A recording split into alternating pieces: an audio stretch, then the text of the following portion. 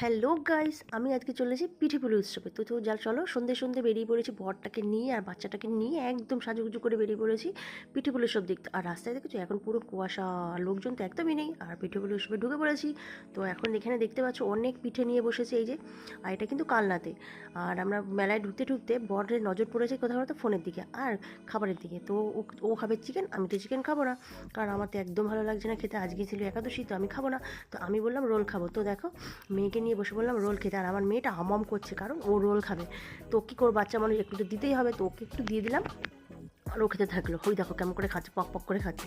আর বর তো চিকেন খেয়েছে। আর এদিকে আমরা শুনলাম যে মিমি আসবে, তো আমরা এখানে দাঁড়িয়ে পড়েছি মিমিকে দেখার জন্য। এখন সন্ধ্যে 7:30 বাজে।